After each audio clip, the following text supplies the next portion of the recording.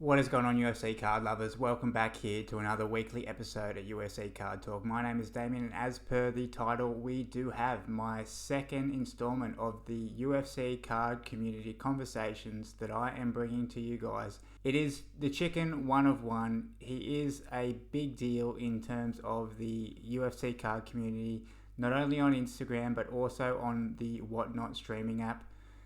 I consider myself very lucky to have him on, that he gave me his time. We not only talk about his backstory into his card experience, how he got into the product ripping, got into the breaking. It's just so obvious from the conversation just how passionate he is, not only about cards, but mostly about the community itself, which was super inspiring for me. And of course, we also dive into talking about UFC cards, from product ripping all the way through to cards that we just seem to love. I really hope you enjoyed this conversation, guys. When you finish watching, please jump into the description. I will have not only his Instagram, but I also have his Whatnot store. They'll be both linked in the description. Check those out. He's a fantastic guy in the community. I'm super excited to bring this conversation to you guys. So let's get straight into the convo. All right, welcome back, UFC card lovers, to another episode here at UFC Card Talk. And I am joined by absolute royalty today. I am here with the Chicken one of one. He is, where do I begin with this guy? He has over 9,000 followers on Whatnot. He also has over 5,000 reviews, 5-star reviews, with over 21,000 items sold on Whatnot. He is such a great influence for the hobby. Here I am with Chicken 101. How are you going, mate? I am fantastic. Happy Saturday. I hope you are doing well. Excited to be here, and I got to start it off right. Me. I've got to start it off right. What do we say? Balk, balk, baby. Balk, balk, baby. You know it well, and you do it quite well. I love the over the pond accents. I've been watching a lot of the UK guys start to do UFC breaks, and I'm going to tell you, the accent alone classes it up and makes it that much more enjoyable. So if I could do it, I would, but I'm terrible at accents. So you're stuck with the Southern accent. That's right. I'll just keep practicing in the meanwhile. I thought a good place to start off with is if you could tell the viewers, including myself, obviously we've not long just met, but if you could start off with maybe giving a quick backstory into the hobby and then leading into your success as a breaker. Yeah, so I remember growing up. I'm an '80s baby. Going to a local card shop with my dad, card shows in our town, and I always had very fond memories of it. Was collecting baseball, did some X-Men cards. This was back in late '80s, early '90s.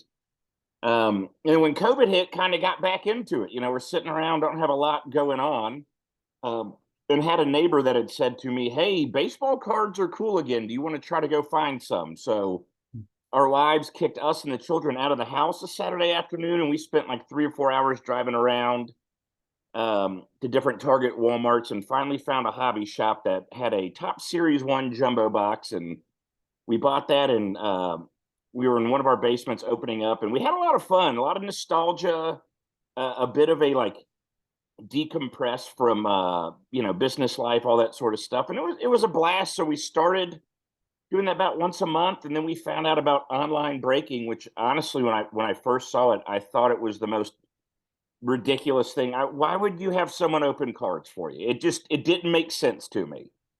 And then I met or found the Mint Inc. guys out of Toronto, and I'd watch their streams a couple times a week, and they were entertaining, they were fun, they were knowledgeable, and then it clicked for me, right? They had a great little community in the chat and guys that would come in and mix it up. And it made a lot more sense of, the goal of it is to create a community environment, somewhere to hang out, whether you're buying a box or you're not. And that got me back into it. And then leading up to the chicken, I had gotten to a break with Backyard Breaks in August of 2021 and pulled a very large Patrick Mahomes 101 card, and also had pulled another rookie card and gave that one away to somebody that did not get anything, and they invited me down to pick up the Patrick Mahomes, and I told them under one condition.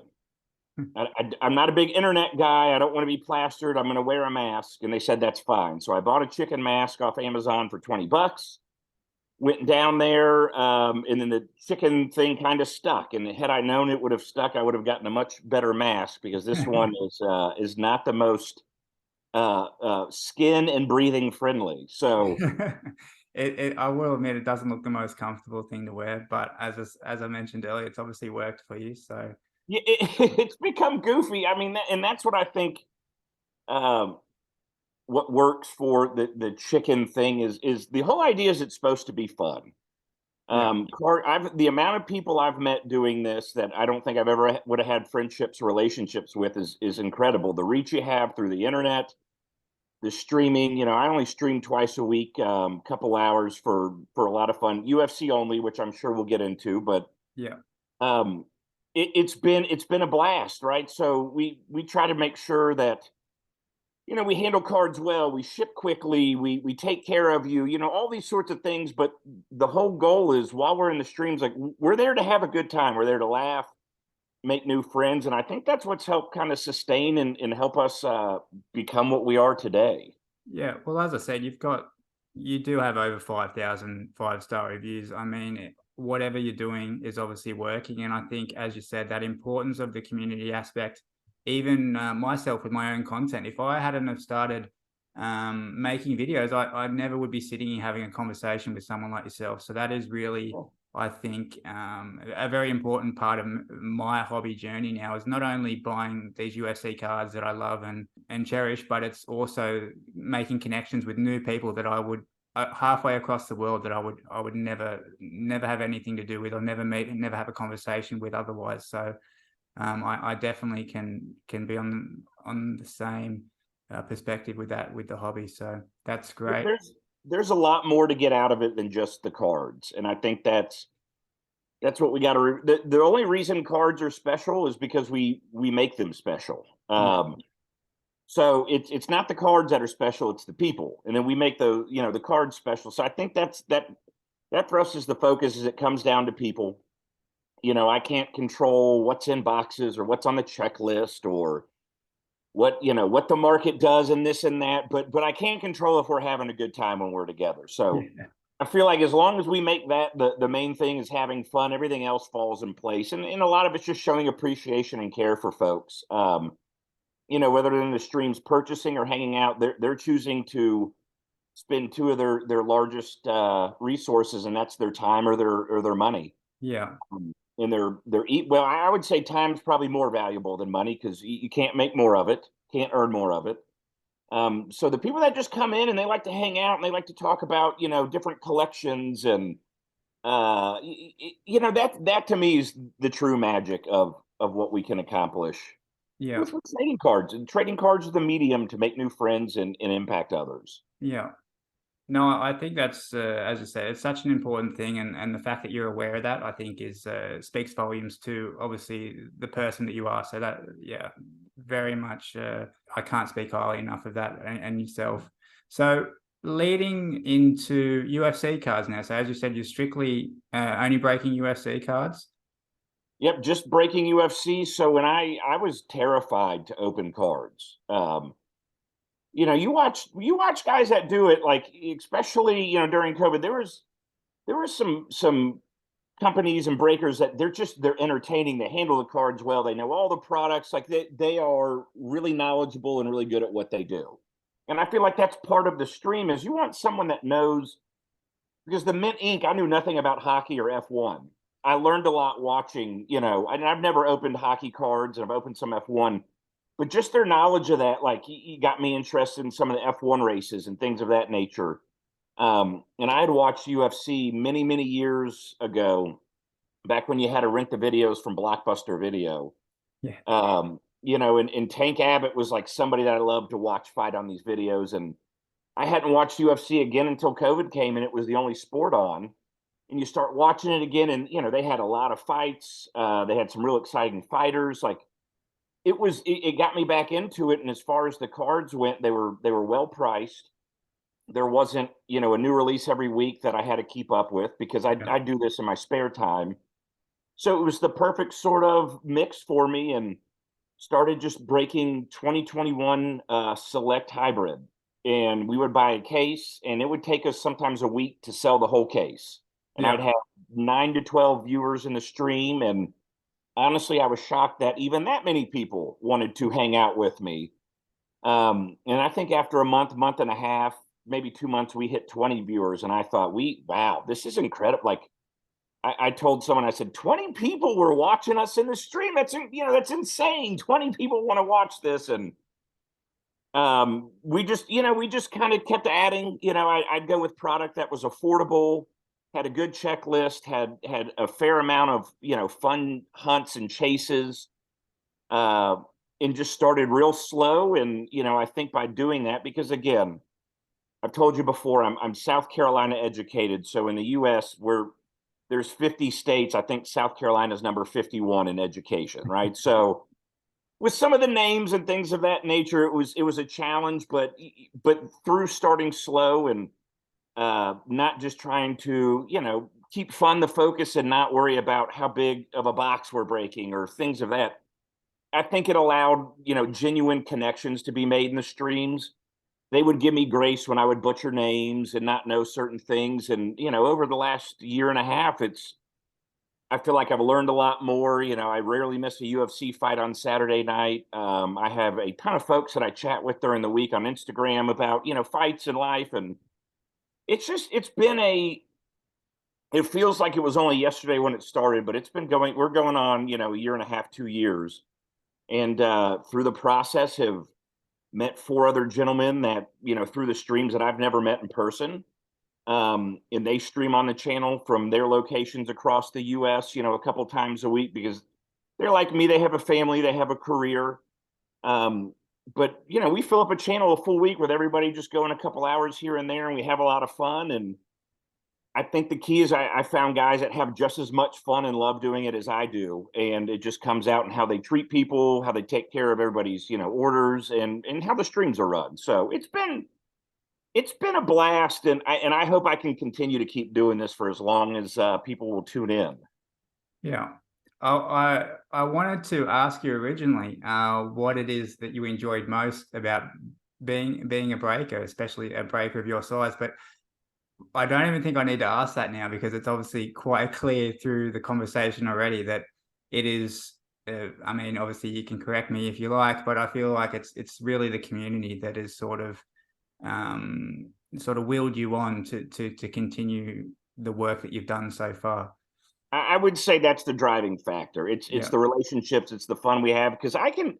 There's streams when we may only open a box or two, but we may be on for 2 hours, and I have laughed and had more fun in that stream than a stream where maybe we sell a couple cases. So I think if you keep the true value of why you do it there, which is the fun and the people, everything else, whether it's up or down, sideways, whatever, it doesn't really matter because if you focus on the thing that is the main attraction, everything else falls into place. So it's worked thus far. I hope it continues to work that way. And if the fun goes out of it, it may be something that I don't do anymore. But this is some people like to golf for their enjoyment. I like to get behind a cell phone and open UFC cards and crack it. I get to sing on stream. I have these little tiny plastic hands that when it's your birthday, we use those hands to sing happy birthday and just stuff like that. That's fun. So Yeah. I'm 38 years old.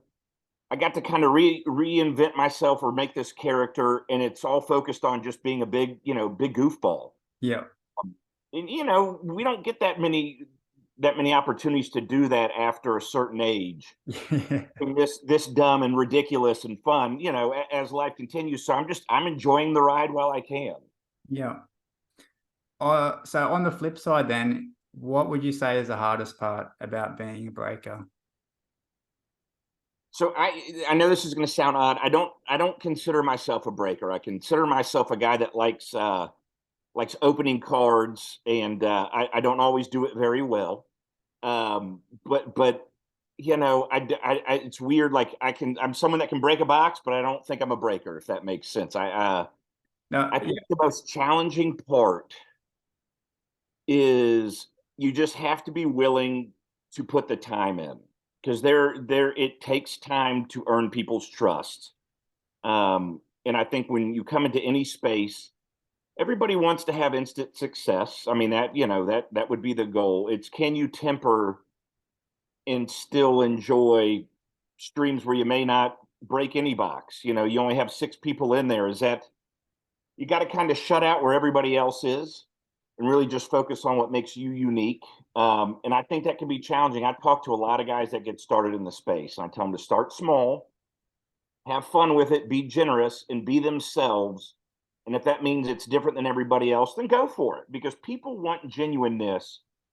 You know, you can play a character, but the chicken character, 95%. I mean, I don't have a catchphrase in my personal life similar to Bok Bok Baby, but everything else is, it is who I am and what I like to do. So I think that's the biggest thing. Is it's hard. You see in this space as it gets more competitive, and people come in, it's just being okay with things not being amazing right away. And even if they do get amazing, it's also okay if there's hard times within that. Just keep true to yourself, what brought you in.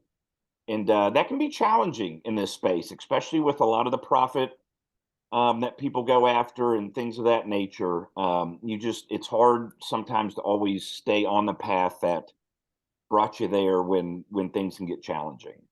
Yeah, as I said, it really makes me reflect on just the overall community aspect of the sports card hobby in general. And as you said, taking away the monetary value, taking away what cards you might own, what cards you're striving to obtain. But it is really, as you said, taking more of a simple approach to it, and just appreciation for what it is, and not trying to live outside your means. And I'm sure maybe that's something you know a little bit more about in terms of with we won't call it breaking then, for your sake. We'll call it box opening. But is there any time that you feel sort of responsible maybe for, people obviously spending their money in order to do these box breaks? And is there any time that you sort of feel like, even though it's completely outside your control whether what you open in a box, but is there any sort of hard feelings, I guess, when maybe somebody who has spent a decent amount of money, they're obviously not getting anything back for what they've spent? Because like, it is Yes. box break. It's as much as people maybe don't want to sort of admit it and see it for what it is a form of gambling to be participating in it. So you're not always guaranteed any results. There's a definite risk to it, and I think in the last couple years, you have definitely seen different, what's called different styles in how things are set up and run. Um, whether it be mystery packs or high bid, like it can get very gamey, if that makes sense, to where we keep ours very straightforward. Yeah. This is the box we have. This is the price of it. I'm very sensitive to price. I really try to buy really well so I can also keep my prices as low as possible. Almost like a Costco sort of model where they don't mark up over a certain percent. Because, and I tell new people, and then the people in my streams hear this too. So when they come in, I say, first of all, appreciate you here. I'm going to give you some advice that I have gotten from others, that I have learned. Number one, 90% of the time, maybe more, you're going to get less value in the cards you get from a break than what you spent. Breaking is a lot of fun. It's not a great way to collect. The upside is that you can get in a break and you get a card that is much more valuable than what you paid for the spot, which can happen, but it's very, very hard and it's very rare. Or you can get in a break, get equal value, which sometimes happens, or you get less value, which happens quite often. So if you're coming here to collect, it's not the most financially advantageous way to collect. Go buy singles, trade, make deals, and I tell everyone to start slow. Don't go buy $100 or $500, $1,000 card. Start in low end stuff. Get a feel for how it works, how to comp cards, all that sort of stuff. Educate yourself. Ask questions, ask questions, ask questions. There's a lot of people that have made missteps before you. You will save yourself a lot of time and heartache by asking questions. Second, set a budget. Don't go above your means, and don't expect to hit a big card. It's very hard. Like, we pull them, but I might have to open 6 cases to see that one card you see on Instagram that you think that's insane. Well, we we did a lot of opening to get to that one big card that everybody gets excited about on Instagram and has 200 likes, right? You don't see the 5,000 other cards that didn't make it, onto the profile and things of that nature. Yeah. And then lastly is don't get FOMO. We're still opening product. I see you got a 2010 Top Series 4 box, over your left shoulder. They're still out there. We're 13 years later, the product is still there. A lot of this gets driven off of FOMO. It's not going anywhere.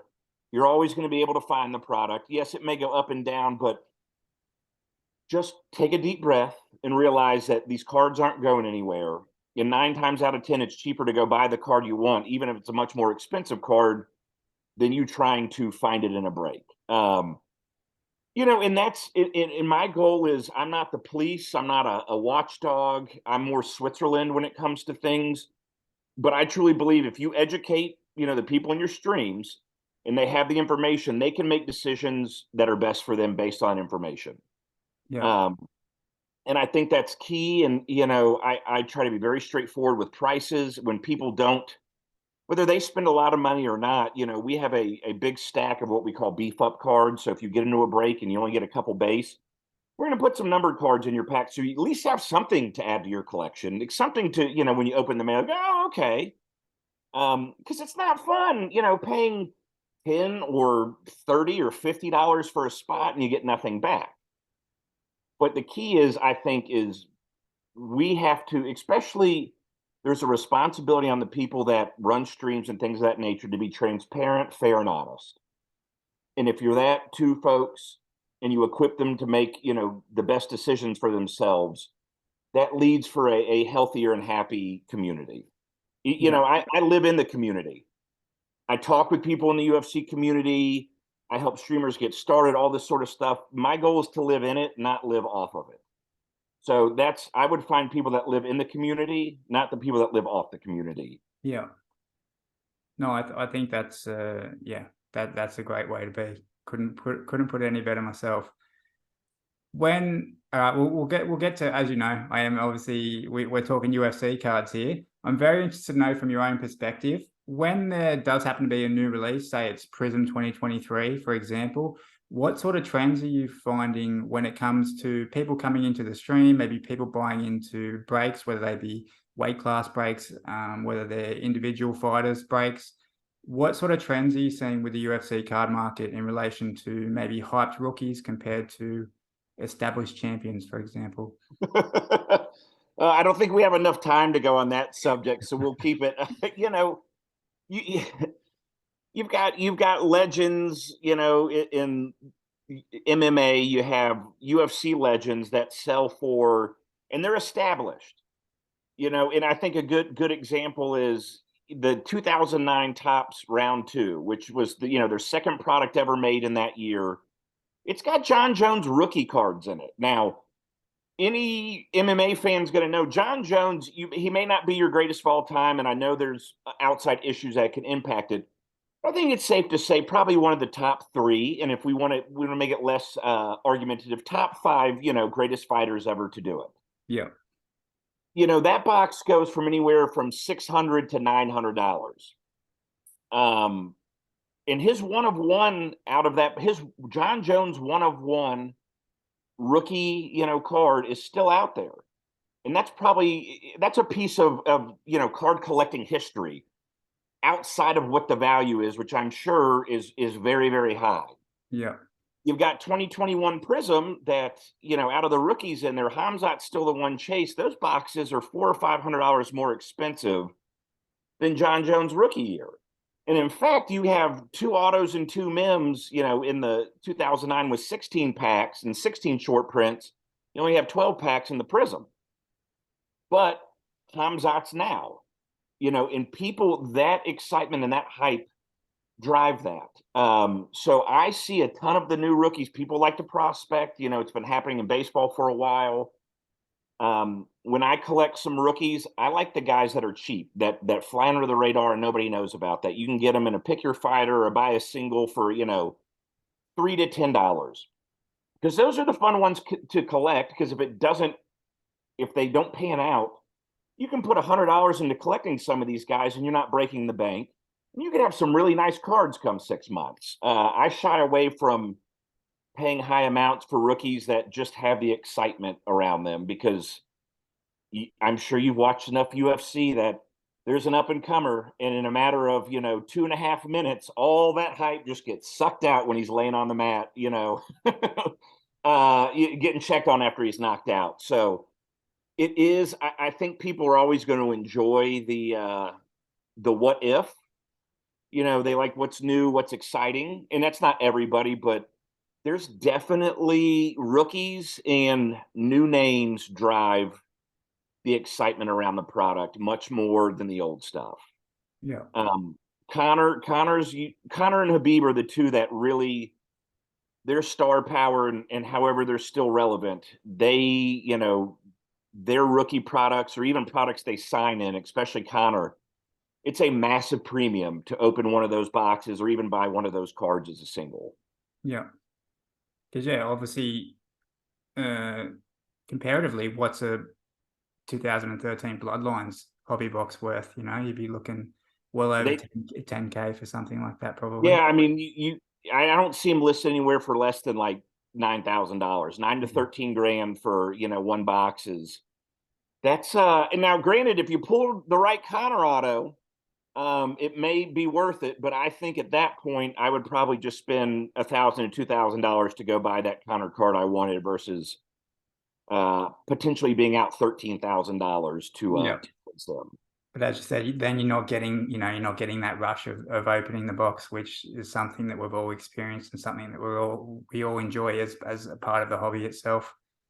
It is, but I would tell people, think about what you're going to feel like 5 minutes after that box is open, and the card you were looking for wasn't in there, and you're out 100, $1,000, $10,000. Was it worth that little hunt? And some people, their budgets, purchasing a box of that value, it may be like buying a box that's $100 to me, right? And that's great that they can afford it and gotten that place. And let me be the guy that opens it for you, because I would love, I've never opened one. Give me a call. But I think it's important to be honest with folks that are in the hobby, that you will see a lot of curated content around the big stuff, and it's fun, and I love watching it too. But you got to remind yourself that there's a lot of stuff that gets opened that never makes it, to the video or the profile, to get to that big card. So there's a lot of disappointed people on the way to that shining moment. Yeah. So is it safe to say, is your hobby experience just opening boxes, or are you also buying cards individually, selling cards individually for yourself? So I will buy slabs. So I do something in our breaks that, there's certain weight classes on certain products that they're just, the hunt isn't there. Or there's a lot less fighters that, most people want to go for. So I buy slabs, and if you get a gold or a better in that weight class, you get a slab to go with it. And those slabs have been anywhere from a $25, slab up to color blasts. I think it's a lot of fun to get like really neat cards into people's collections. So I look for cards that, older cards that maybe people aren't educated on, but, are really neat, rare. I look for cards that people are excited about now, cards that I enjoy that I think people will like. So I don't have enough time to get into the singles and the buying and the selling, but if I see stuff that I like on eBay or somebody post, I'll reach out and see if we can make a little deal to either have that end up in my possession or end up in my possession to give away. Yeah. So is it safe to say there's no real fighters individually that you are personally collecting at the moment? Like any fighters that you're, looking for specifically? No, I don't PC a ton. I would say 90% of the cards that I've gotten, I've probably given away. If I come across a big card, I will usually sell it just to put it back into the giveaway fund. But for the most part, I have more fun with the wax, and the wax. There's a lot less products for me to keep up with on the just the volatility and the prices. Whereas the singles, I mean, the guys that are good at singles and slabs and things of that nature, like if you're going to be good at it, it takes a tremendous amount of time and knowledge. And I just don't have that much time to then add that on top of the wax as well. So, Yeah. but I mean, I picked up this is one of the ones I picked up for myself, was a gold flashback Habib out of 2022 Prism PSA 9, and somebody had posted it, and that was like my favorite insert in the 2022 was that throwback flashback.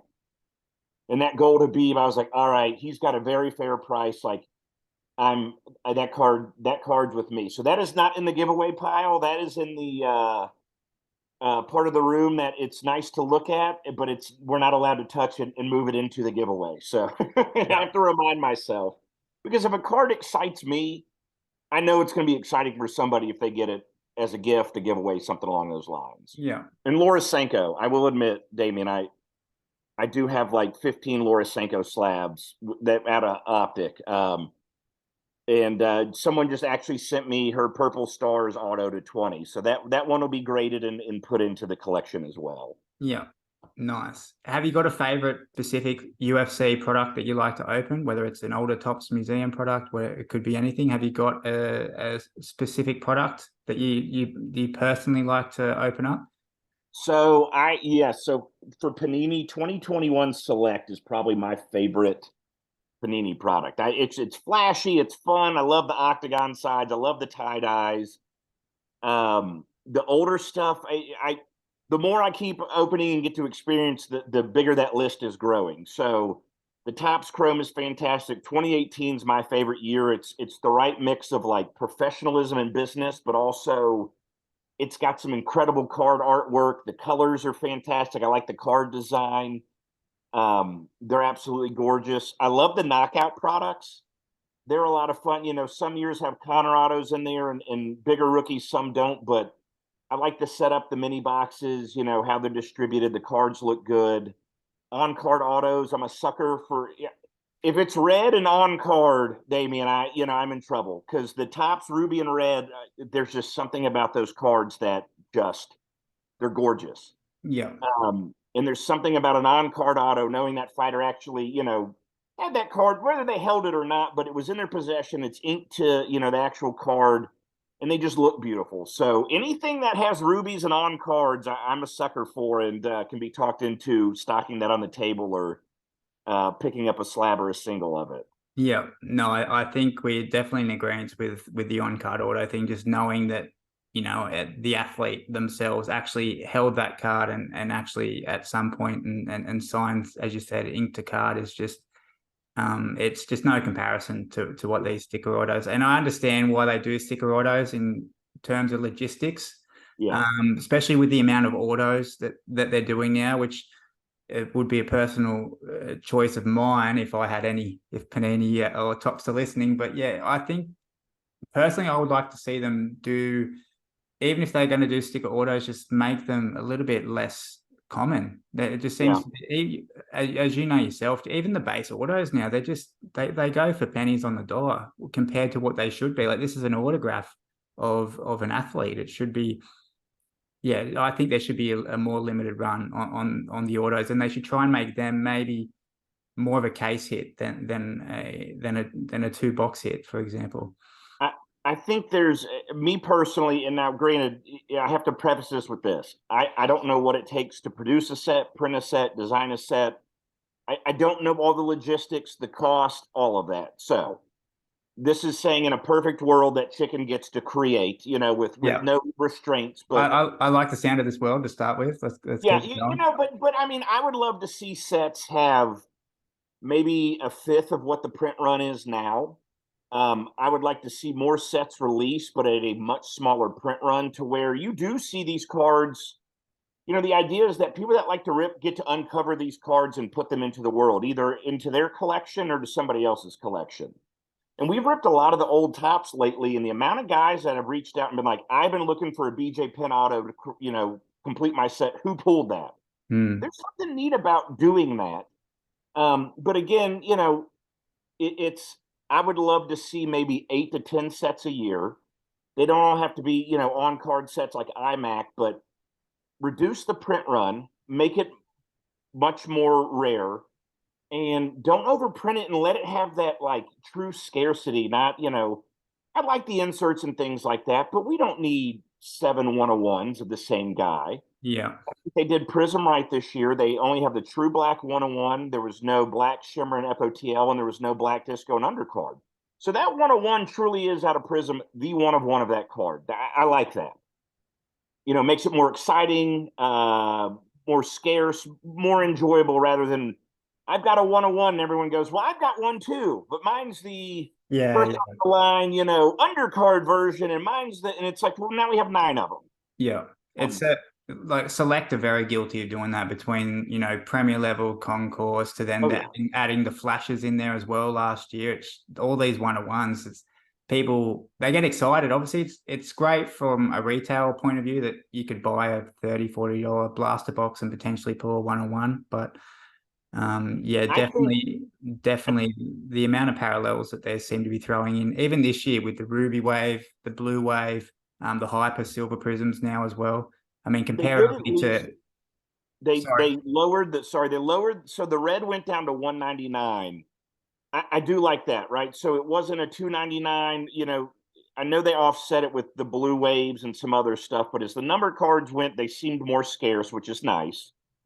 But I'm with you. Like, I thought Select Retail knocked it out of the park this year. I thought it was a great looking product. The tiger prints, but it was different enough from hobby that there's a fair distinction. So if you do want to go spend $30 to $40 and have the chance of, finding a gold or a 101, you can do that. You don't have to spend $200, $300 on a hobby box. So I think there is, again, I don't know how it would work, but hobby boxes should not all be two, three, four, five, six, seven, eight, 900, $1,000, right? Like, if you want kids to get in this and enjoy it, and you want people that don't want to spend that money to enjoy it, you have to have a product that is affordable, but also isn't just junk. yeah. And I know that's easier said than done, so don't hear me criticizing anybody. That's just perfect world. If we could make it happen, I would be I'd be down. Yeah. No, as I said, definitely couldn't agree more. In terms of, the UFC card community, it's I'm sure you've seen it. As I said, you've been in here longer than I have, but you've seen how much it's grown over the past 2 years. What do you think what do you think needs to happen in order for this community to continue to grow, continue to, I'm not, I like to keep my expectations realistic in terms of, UFC. People like to compare it with, we'll say, the 4 major sports, whether you want to put soccer or hockey in the 4 slot. But what do you think is a way in order for the community? What do you want to see from the community in order to keep growing? So if we're going to grow, I would like us to grow the right way. And I think that goes down to making sure that we're fair and honest with our fellow collectors and folks in the community. We say what we're going to do, so do a great job of cutting out any sort of scamming, things of that nature. I know that's easier said than done. And then I think lastly, it just needs to be welcoming. Everyone's at a different level of what they want to get out of the hobby. And I think we need to appreciate that. I try to steer away from the hive mind sort of things. I've seen it in streams where the person running the stream will say something and everybody just automatically blindly agrees with them. I'm like, it's not doing us any favors. Like, there should be back and forth. There should be conversation. There should be education. If I'm doing something incorrectly, someone needs to address it with me so I can fix it. And I think it needs to come from less of a place of we worry about Instagram followers, the cards that have been pulled, things of that nature, and really just have fun with each other and be kind to each other. And the UFC is small enough now, I would say we get along really well compared to the other sport. It's a pretty tight knit group. I would say for the most part, everybody does a real good job of looking out for each other and taking care of each other. And so my hope would be that stays no matter how big we get. And I think the key to that is, like you said, we'll compare ourselves to football, basketball. It's not the same. We're going to have different rules and tactics and things of that nature. It's okay to be different. It's okay to be sort of a niche category. But I mean, we get fighters coming to our streams. We get fighters, reposting hits in DMs. Like, there's something special about that you don't get in the other sports, that these fighters are pretty well grounded and very reachable and approachable.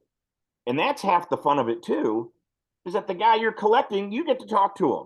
That's a neat thing for me. So I think as we go, the continued down to earthness of the guys that fight and the interaction with the collectors and the fans is huge. And I think then the collectors, us taking a responsibility to control what we control, treat each other well, be fair, and help educate. And I think that will continue to push it. Yeah. Yeah.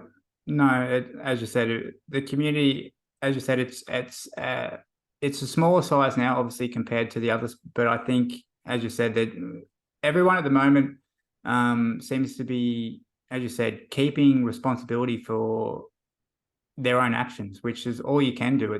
But it's very important at the same time to keep it simple in order for people to come in to the UFC card community, enjoy their time, and encourage them to stay.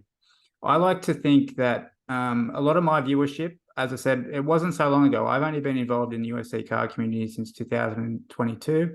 That was when I basically I'd been watching the UFC, cut a long story short, for a long time, since 2006. But I only found out the cards exist in 2022. That's when I obviously became obsessed with them. But I like to think that there is viewers of my channel who are like me only 18 months ago, of coming into not only UFC cards, but coming into sports cards in general for the very first time. I hope to think they can gain some value from my content and my videos. So I would like to put it to you, the question to finish off the video: what is one piece of advice you would give to someone who is coming into the card hobby for the first time? Education can be very cheap or it can be very expensive. And I would say you can decide which one it's going to be based on how you approach it. So I say this: it's not going anywhere. We've had, sports cards around since the tobacco packs and, the 30s and things of that nature. It's not going anywhere. With the capabilities of the internet and the knowledge that the knowledge that is out there, but then with your ability to connect with people, getting educated, it may take some legwork, but it doesn't have to take money. So I would reach out to people, ask questions, read articles, learn things on eBay, just all that sort of stuff, and really educate the best you can, and then start making relationships. And the people that you trust and treat you well, and vice versa, grow those relationships and take care of each other. And then everything else will fall into place. You'll find out what sets you like, what fighters you like. If you want PSA slabs or BGS slabs, if you want this, that'll all come. But a lot of that comes from learning from others. And that, to me, that education is very inexpensive versus just saying, you know what, I like this, I'm diving head first. Take a little time. And I think that will greatly extend your collecting journey. The more information you have on the front end will save you a lot of heartache and issues on the back end, and in return, I think, make it a lot more fun for you. Yeah. And also, collect what you like. You know what I mean? You can hear the outside, but there's a guy in our stream, Dunkman. He is a Nina Nunez collector. And he said it's the greatest person to collect because her rare cards are $10. And what's funny now is anytime a nice one gets pulled, and everybody tags him, they're like, come in here, look at this Nina that was just pulled. But they're all helping him get cards he's liked, and nobody gives him a hard time. They cheer him on, that sort of stuff. So I think it's key is have fun collecting who and what you like. And don't let too much outside noise, distract you from that. Yeah. Once again, Chicken, I couldn't have put it better myself. I can't thank you enough for coming on, for sharing your time. It's I very much appreciate it. I'm sure the viewers appreciate it as well. If there are people out there, they want to get in contact with you, if they want to be they want to join the Chicken 101 experience, what is the best way for them to do that? So I have an Instagram. It's Chicken One of One. I think when you type it in, it says like the 101 pulling chicken. That's my profile. I'm on Whatnot a couple times a week. There's a link in there. But if you just want to, if you don't want to do breaks and stuff, DM me on Instagram. I share pictures of my animals. There's a lot of people I've met streaming, and we trade pictures of our dogs like once a week, what they're up to. Like I just like the genuine conversation with folks. Feel free to ask questions about cards. If I can't get an answer for you, I'll point you in the right direction.